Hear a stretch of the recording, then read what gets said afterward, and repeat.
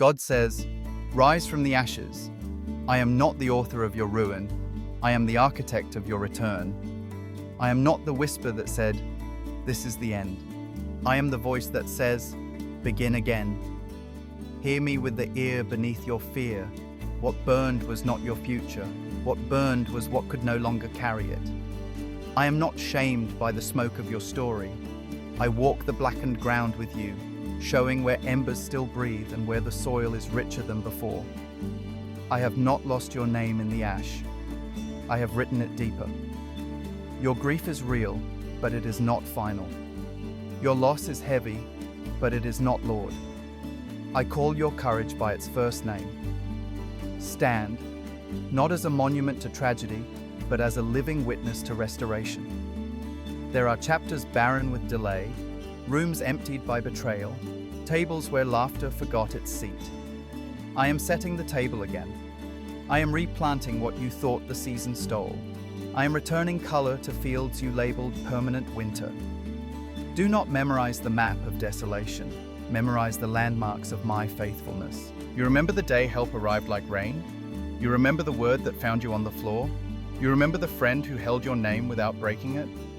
That was me through them, and I am still here, and I will be ahead of you again. I disentangle your heart from false conclusions. That failure proves identity, that delay proves rejection, that pain means abandonment. Listen, the furnace was not a prison, it was a foundry. I am tempering, not taunting. I am refining, not rejecting. You are not defective, you are being defined. I do not test you to find out who you are. I test you to show you who you are with me. The ash that settled on your shoulders will become the ink with which we write new plans. The smell of smoke on your clothes will not be a shame. It will be a testimony. I passed through and I am different. I lay blueprints on the burnt table. We will build, but first, we will breathe. Breathe in my kindness until your ribs remember expansion. Breathe out accusation until your lungs remember freedom. I teach you the pace of rebuilding, measured, merciful, meticulous. We will not erect a museum for pain. We will plant a garden of purpose, every nail placed with integrity, every beam raised with prayer, every wall aligned with truth. Your hands will learn confidence again, not by demanding applause, but by making honest things that can carry weight. This is how the new house rises, not with noise, but with steadiness. I heal the vision eclipsed by ash. You saw only gray. I return color by gratitude. Name what remains. Name what was given in the fire. Discernment that can smell a lie. Courage that does not negotiate. Compassion that looks like a porch light.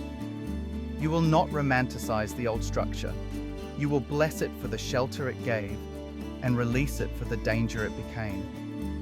You will not resent the rain that comes after flame. You will receive it as baptism. Let memory be accurate but not tyrannical. Let hope be specific, not vague. Put dates on your prayers and hands to your plow. I sanctify your boundaries in the rebuilding. The door you close is worship. The pause you honor is obedience. The margin you protect is humility with a calendar. I break the agreement with exhaustion that promised speed and delivered collapse. I break the addiction to dramatic vows that never become daily choices. I write new liturgy into your mornings, scripture before screens, water before worry, stretch before sprint, silence before speaking. These are not small things. These are the hinges of a door that will not fall again. Your life will not be staged for strangers. It will be built for storms. If this word strengthens you, pause here to support the message. Like this video, leave a thoughtful comment, share it with someone who needs courage today, and subscribe for more faith-building declarations. I gather the fragments you hid after the burning. Bring me the charred plans, the warped hopes, the letters you never answered. Lay them on the table. I will not mock you for the scorch marks. I will show you where they fit. I specialize in mosaics made from what thought it was disqualified. I am not embarrassed by the smell of fire. I am the one who walked with 3 men in the blaze and turned it into a balcony. I am the one who cooked breakfast over coals for a man who failed publicly and sent him to feed nations. If I did it then, I will do it now. Your history of ash is the field where my glory grows. I restore your relationship with time. Regret will not be your calendar. Nostalgia will not be your clock. Anxiety will not be your alarm. I give you hours that feel like oxygen again. You will do small things without despising them, and big things without worshipping them. You will honor process, not perform it. You will choose pacing that lets you last. I appoint you to keep Sabbath stubbornly, to guard rest like a border, to let joy interrupt like a friend with keys. You will not trade the future I promise for the counterfeit urgency of the moment. Slow is not a sin. Slow is sometimes sacred. I reconcile you to your body. The shoulders that learned the posture of bracing will relearn the posture of receiving. The jaw clenched by proving will unlock with trust. The heartbeat trained by alarms will settle into the metronome of grace. I am not merely fixing your schedule. I am healing your nervous system. When you enter rooms now, people will feel safer, not because you are loud, but because you are present. Your peace will be practical. Your kindness will be policy. Your courage will be a thermostat setting, not a sporadic shout. I redeem your voice. You will no longer oscillate between silence and spectacle. You will speak with the warmth of someone who knows the witness and has nothing to sell. Your counsel will not be smoke, it will be shelter. You will correct like a lamp, not a laser. You will warn like a lighthouse, fixed, faithful, unfazed by waves. You will bless enemies without blessing their lies, confront friends without crushing their spirit, cast vision without shaming those who are not ready yet. I will put precision in your sentences and patience in your pauses. I will make your words rooms where people can breathe. I appoint you a builder of altars in forgotten places. The break room, the bus stop, the inbox, the hallway after the courtroom, the kitchen where grief lingers. There you will name me faithful in ordinary vowels. There you will practice the liturgy of repair. Tell the truth, keep the promise, pay the invoice, return the call, forgive the debt, ask the question. Revival begins where habits turn holy. You will watch neighborhoods change because a few rooms became honest. You will watch teams flourish because one meeting became prayer. This is how cities rise from ash, not by slogans, but by sturdy kindness. I address the critics who prefer your ashes to your rise. Some built identity around your collapse. They will grieve your recovery. Do not argue. Do not audition. Let outcomes preach. Let the new house throw its own light on old accusations. Let your laughter outlast their doubt. Let your fruit outlive their memory of your fire. Bless them with distance if needed. Bless them with clarity if asked. Bless them with proof when the harvest comes. I will vindicate faithfulness in time. You keep hammering straight. I bless your imagination. You will see floor plans in fields, libraries in living rooms, gardens in gravel lots. You will write dates in the margins and names on the beams.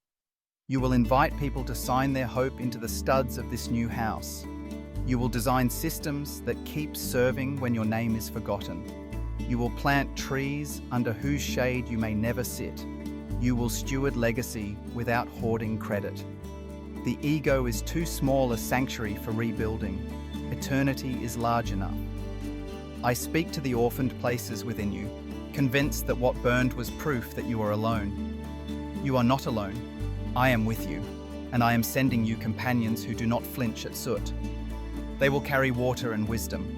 They will see you in early stages and not despise the scaffolding. They will correct you gently when you rush and cheer you loudly when you rest. You will become this friend to others. Refusal to sensationalize, commitment to stay, willingness to get splinters in service of joy. Community will be your chimney. It will keep the air clear. I set a seal over your thresholds.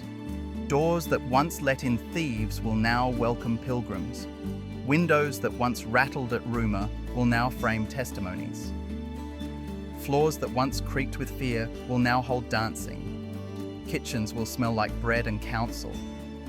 Bedrooms will host sleep without sirens.